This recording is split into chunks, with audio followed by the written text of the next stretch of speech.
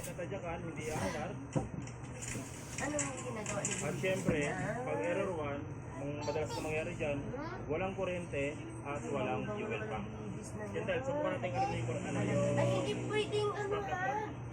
Hindi pwedeng upuan. tapos sige natin yung kuryente niya. Ay, kulangot Sige, ko. tadyak.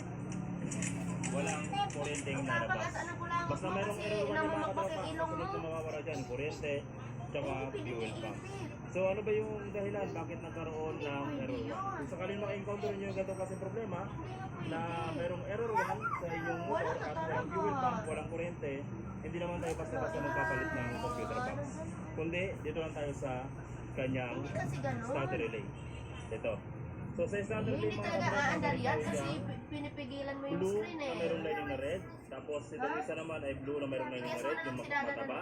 Dapat kapag tineselect natin yan, na sinusin natin, dapat merong supply yung ating blue na mayroong lining na red na mataba.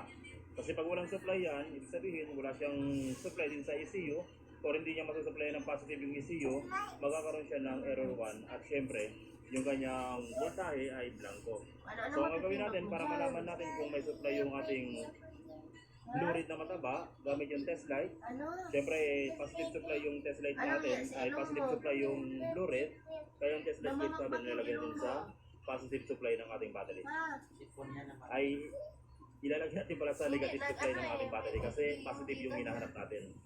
So pag sa positive yung hinahanap natin, dapat yung test light natin ay nakalagay sa ground or nakalagay sa body ground. Walang problema dyan kung saan nyo ilalagay. Basta ilagay sa ground. Pagkatapos nyan, test light muna natin yung ating positive supply ng battery. Dapat umilaw. Okay, umilaw yung ating test light. Ngayon, i-test light natin itong blue na mayroong lining na red na makapal.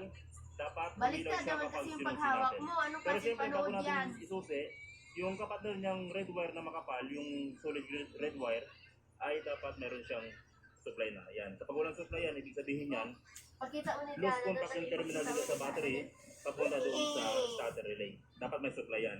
So kapag may supply yung makapal na red wire, dapat itong blue na mayroong lining na, o itong red na mayroong lining na blue, dapat kapag sinusi natin yan ay magkakaroon din ng supply. So subukan natin siya isusi. Akin na, ipintan tayo. So hindi siya nagkaroon ng supply.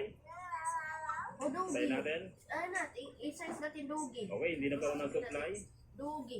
Kapag hindi nagkaroon ng supply mga katropa, ang tendency niyan, hindi rin nagkakarga yung motor. Sabihin mo. At hindi rin mabubuhay yung Dog. ating Sasabihin computer mo daw box. talaga. Pangalawang i-check natin dito mga katropa, Literal dapat sabihin mo.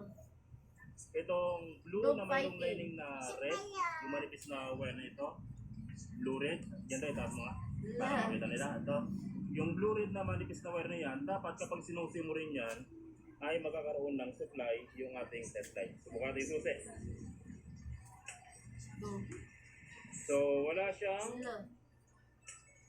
supply, ang ibig sabihin niyan mula doon sa computer box hanggang papunta doon sa blue na mayroong lining na red, yung maliit na wire doon sa ating relay ay hindi nagsusupply. So ang nangyayari dyan kasi minsan, ang issue ng mga ganitong grabis, yung supply sa ating computer box papunta dito sa relay ay nawawala o hindi siya nagsusupply. Yun yung combo na problema niya. So para masolusyonan natin yung mga katropa, yung blue na mayroong lining na black, ay blue na mayroong lining na red, yan dahil bukayin mo yan.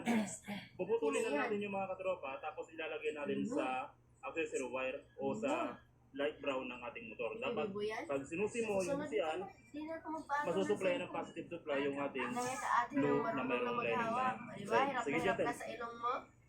Laan to, lagyan mo ng wire to. Sa ilong kasi yan, kasi tinutuyo niya yung ano natin. Tapos tugtungan mo ng wire yung galing ng ating Hirap talaga. starter. Tapos i-tap natin sa accessory wire. Pwede ka na kumuha dito.